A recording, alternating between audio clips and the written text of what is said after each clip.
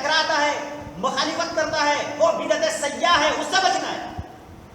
اس کو کہتے ہیں بدعت سیاح. بیسیکلی بدعت کی دو قسم ہوئی، بدعت حسنہ اور بدعت سیاح. میرے جد اعلیٰ حضرت سیدی شاہ اللہ مقامہ جو مفسر قرآن بھی ہے، انہوں نے اس کی وضاحت بہترین انداز میں کی ہے. بدعت کی تعریف اختلاف الدین، دین میں نئی چیز ایجاد کرنا جس کو مصطفیٰ علیہ رحمت نے نہیں کیا اور صحابہ نے نہیں کیا، ایسا کام نکالنا بدعت. بے شک بدعت کے ہم بھی قائل ہیں، لیکن بدعت کی بیسیکلی دو قسم ہے.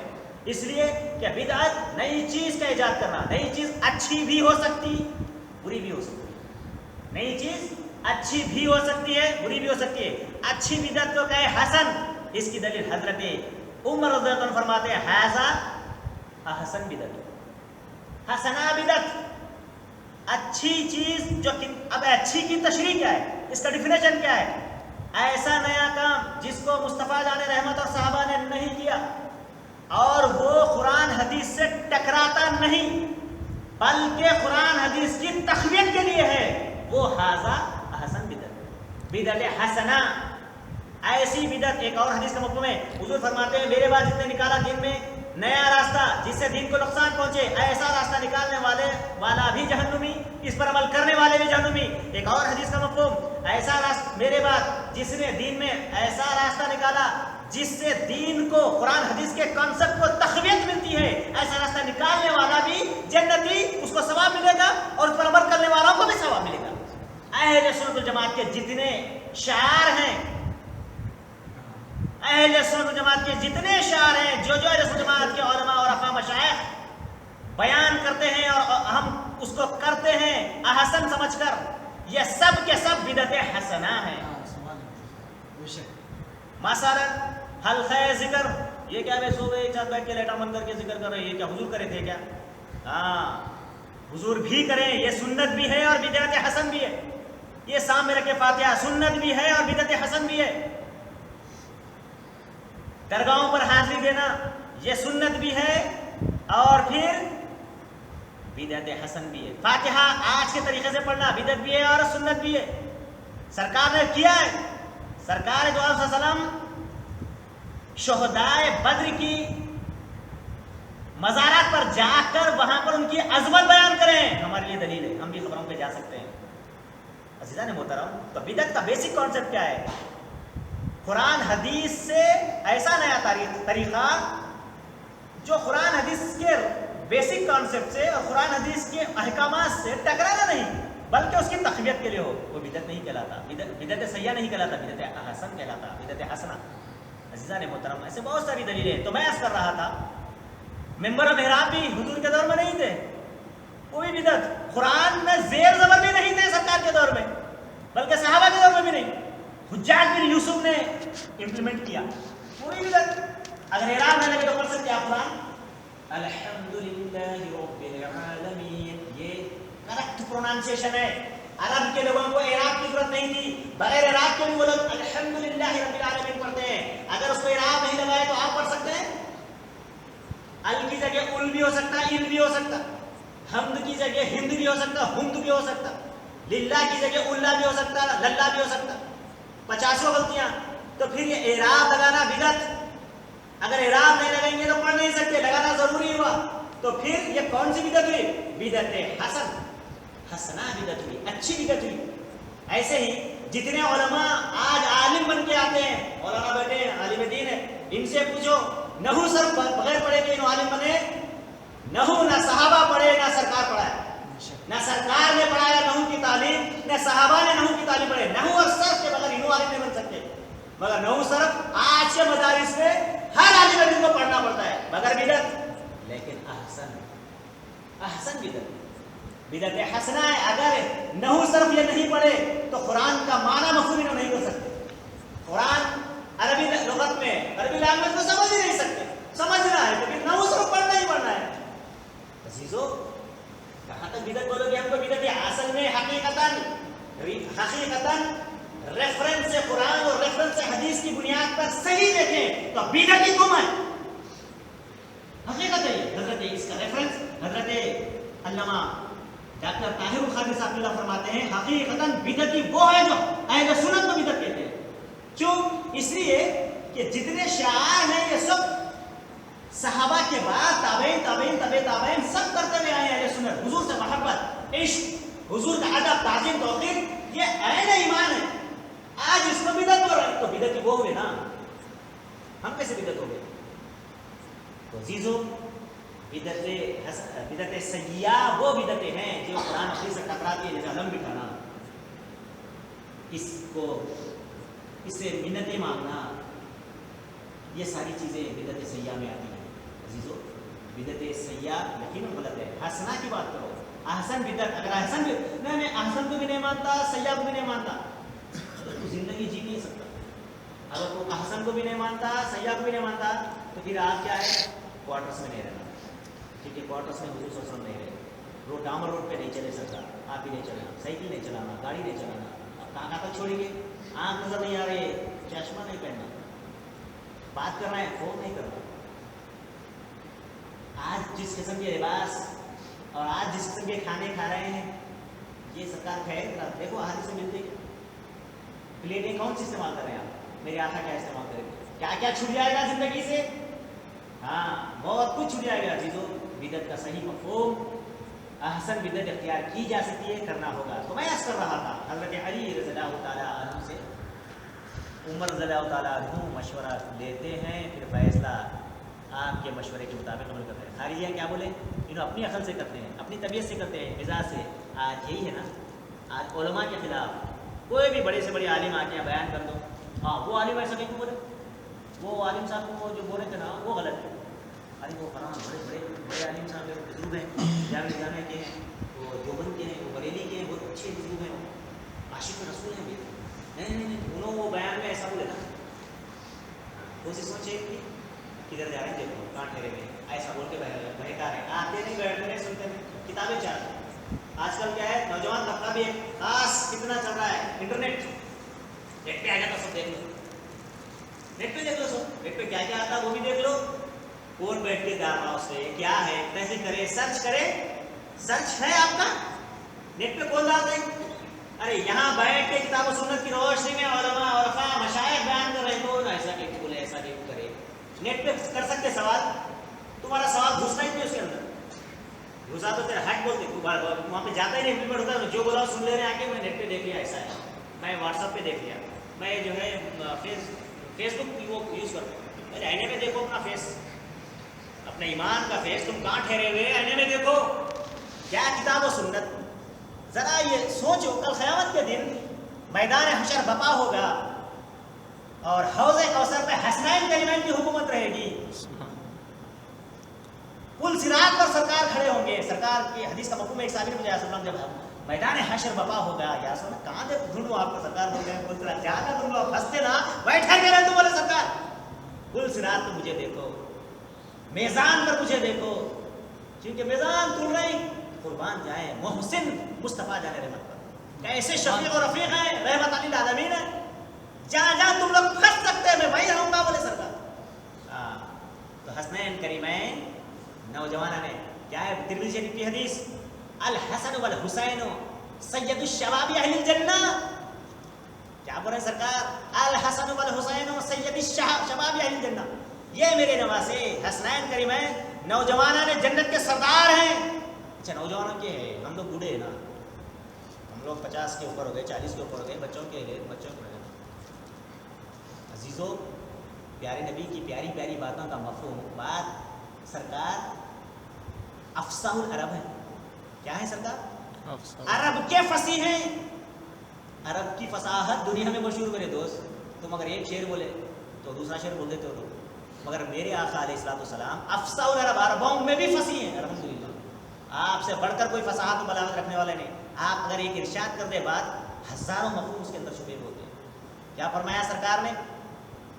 الحسن والحسین سید الشباب اہل الجنہ. یہ میرے نواسے الحسن والحسن اور حسین علیہ السلام نوجوانوں نے جنت کے سردار ہیں. جنت میں نوجوانوں کے سردار ہیں. ہم تو بوڑھے ہیں یا پھر بچے ہیں، عورتیں نکل گئے.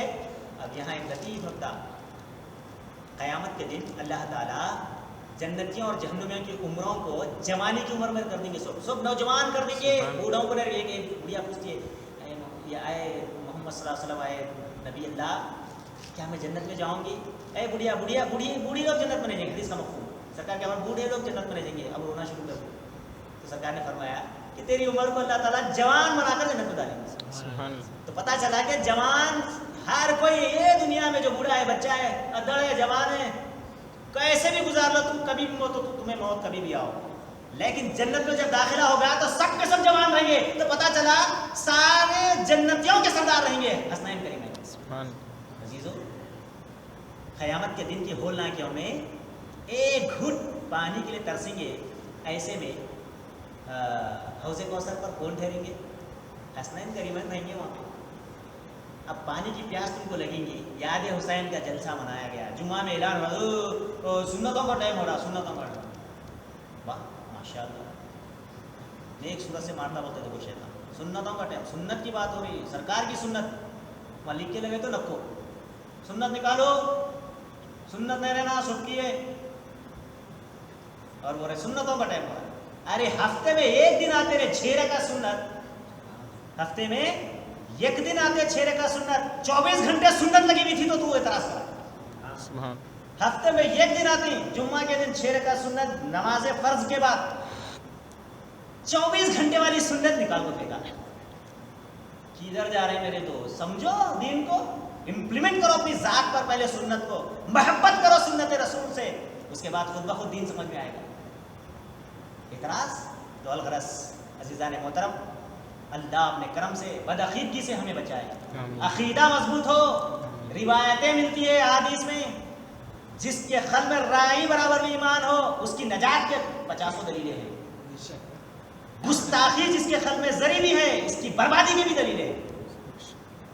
ایمان عشق نبی کا نام، دوسرا نام ایمان ہے میرے دوست. مولانا نے کیا پیاری حدیث بیان کی ہے. ہاں، کوئی شخص، بخاری شریف کی حدیث ہے یہ، ہاں، لا یؤمن حتی احدکم احب الیہ من والدہ ولدہ من الناس اجمعین. تم میں کا کوئی شخص اس وقت تک کامل مومن ہو ہی نہیں سکتا تا وقت ہے کہ میں اس کے نزدیک، اس کے ماں باپ، اس کی اولاد. ماں باپ کا جملہ بھی کیسے لیے دیکھو سرکار، کیونکہ سب سے زیادہ آدمی محبت کرتا ہے ماں باپ سے، شادی کے بعد بیوی بچوں سے. ماں باپ، بیوی بچے، الغرض تیری نظر میں جو شخصیت معتبر ہے اس سے بھی زیادہ میری محبت ہو تو مومن. پھر محبت ہے تو پھر اہل بیت سے محبت کیوں نہیں. ایک اور حدیث کا مفہوم ترمذی شریف کی حدیث ہے، اے لوگو تم مجھ سے محبت کرو اللہ کی محبت کی خاطر. تم مجھ سے محبت کرو اللہ کی محبت کی خاطر، اور میرے اہل بیت سے محبت کرو میری محبت کی خاطر. سبحان اللہ. کیا کیا حدیثیں ہیں اہل بیت اطہار کی عظمت میں، رفعت میں، شان میں. عزیزان محترم، رات مختصر ہو جائے گی، عظمت اہل بیت جاری رہے گی. عزیزو، عقیدہ درست ہونا ہے. کیا عقیدہ؟ بے شک نماز یقیناً افضل عبادت ہے. نماز افضل عبادت ہے، اس کا ادب، تعظیم، توقیر کرنی ہی چاہیے. لیکن عزیزو، صلو کما رأیتمونی اصلی نہیں بولنا ہے. نماز ایسی پڑھو جیسے میں پڑھتا ہوں. میرے آقا فرماتے ہیں نماز ایسی پڑھو جیسے میں پڑھتا ہوں. میرے آقا عشق میں ڈوب کر پڑھتے ہیں اللہ کی نماز. اللہ کے حبیب کی محبت ہو اپنے دل میں بسا کر نماز پڑھنا ہے. محبت رسول ہونا ہمارے دل میں، اور سرکار جس کو چاہتے ہیں ان کی بھی محبت ہونا ہے. تو انشاءاللہ وہ ہماری نماز مقبول ہوگی. ورنہ ذوالخیسرہ کا واقعہ سنے آپ. ہاں، کیا بول رہے ہیں پیارے نبی صلی اللہ علیہ وسلم؟ جو پلٹ کے نکل گیا تو ایمان سے گیا. یہ اور اس کے قبیلے سے ایسے تو کس کو بول رہے ہیں؟ بڑے بڑے صحابہ، جیل خیر صحابہ کو بول رہے ہیں، عاشرے مبشرہ والے صحابہ کو بول رہے ہیں، جس میں عمر رضی اللہ عنہ، ابو بکر صدیق رضی اللہ عنہ، حضرت علی، عثمان غنی رضی اللہ تعالی علیہ مجمعین. عاشرے مبشرہ، حضور جنت کی بشارت جن کو دے دیا دنیا میں، ان کو بول رہے ہیں یہ تم سے زیادہ، اس کی نسل سے، اس کے قبیلے سے ایسے لوگ پیدا ہوں گے جو تم سے زیادہ نمازیں پڑھیں گے، تم سے زیادہ جو ہے قرآن پڑھیں گے، تم سے زیادہ تحفے تہجد گزار رہیں گے. حدیث کا مفہوم. مگر ایمان ان کے حلق کے نیچے نہیں اترے گا. جیسے کمان سے تیر نکل جاتی ہے، ایمان ان کے حلق سے نکلا ہوگا، حدود میں نہیں ہوگا. اللہ اپنے کرم سے ایسوں کی صحبت سنگت سے ہماری حفاظت فرمائے. وہ طبقہ خارجی ہے، وہ طبقہ علی رضی اللہ عنہ کے دور خلافت میں زوروں پر آیا، مخالفت کرے، جنگ ہوئی. مصطفیٰ جانے رحمت کے مبارک ارشادات کو آپ سامنے رکھے آگے بڑھتے گئے. سب دختہ یا رسول اللہ بولے آگے بڑھے. ورنہ تہجد گزار ہیں جن کی تہجد قضا نہیں ہو رہی، ان کے خلاف جنگ کا اعلان. مگر الحمدللہ سرکار کی مبارک ارشاد کو سامنے رکھتے گئے، آگے بڑھتے گئے، سامنے رکھتے گئے، آگے بڑھتے گئے. سرکار نے فرما دیا اے علی تم جب قاصد کو بھیجو گے صلح کے لیے اس کو وہ شہید کر دیں گے تو سمجھو تم حق پر ہو. کیسے نکالنا ہے ناس؟ بڑے بڑے جھبے، بڑے بڑے داڑیاں، بڑی بڑی ٹوپیاں، تہجد نہیں چھوٹے، مسواک، سرکار کی سنتیں بھی نہیں چھوٹے، کیسے بولنا ہے ان کو غلط بول کے؟ ہاں، یہاں تک کہ اس وقت کے عاشقان علی رضی اللہ عنہ بھی پشو پیش میں آ گئے کہ یہ حق پہ ہے وہ حق پہ کیسا کرنا. عزیزو ایک ایک سرکار کے مبارک ارشادات پیشن میں جو سرکار بتا دی رہا ہے ایسا ہوگا تو سمجھو علی تم حق پر وہ رہا ہے. قاصد کو بھیجے وہ شہید کر دیں گے، بولے شہید کر دیں. جنگ شروع ہوگی، وہ اس انہوں کے 10 مریں گے، 10 بچیں گے، باقی سب پورے مریں گے، 10 بچیں گے اور بھاگ جائیں گے. اور تمہارے جو ہے نا ساتھیوں میں صرف 10 شہید ہوں گے اور ان کے ساتھیوں میں سے ایک شخص ایسا ہوگا جس کے سینہ عورت کی طرح ہوگا اور اس کے سینے پر بال سور کے دم کے جیسے بال ہوں گے، ایسے بال ہوں گے. تو نشانیاں قتل ہونے کے بعد بھاگ گئے 10 بچے، صحابہ میں 10 شہید ہوئے، ان کے پورے ہلاک ہوئے. پھر گڑھے میں جو لاشاں پڑی تھی لاشوں کو ہٹا کر دیکھا گیا. عبداللہ شتاب اللہ علیہ رحمہ اپنی کتاب شہادت نامہ میں یہ واقعہ لکھتے ہیں. ایک کے بعد ایک ساری لاشوں کو ہٹا کر دیکھتے ہیں تو آخری لاش جو نکلتی ہے تو اس کا سینہ عورت کی طرح اور اس کے سینے پر بال جو ہے جانور کے دم پر جیسے بال ہوتے ہیں ویسے بال. صدقت یا رسول اللہ، ہم حق پر ہیں. یہ بات ہوتی ہے. ایسے فتنہ انگیز لوگ جو بڑے بڑے اکابرین کے ساتھ مخالفتیں کریں، میرے اور آپ کے ساتھ تو آسانی سے کرتے بیٹے ضرورت. یہ ظلمت و نور کا تصدم، یہ ظلمت و نور کا تصدم ازل سے چلا آ رہا ہے زندگی میں. یزید شمع بجھا رہا ہے، حسین شمع جلا رہا ہے. حق کو بات ہے، جنگ چلتے رہتی باشا برابر سے حق کے ساتھ ہونا ہے.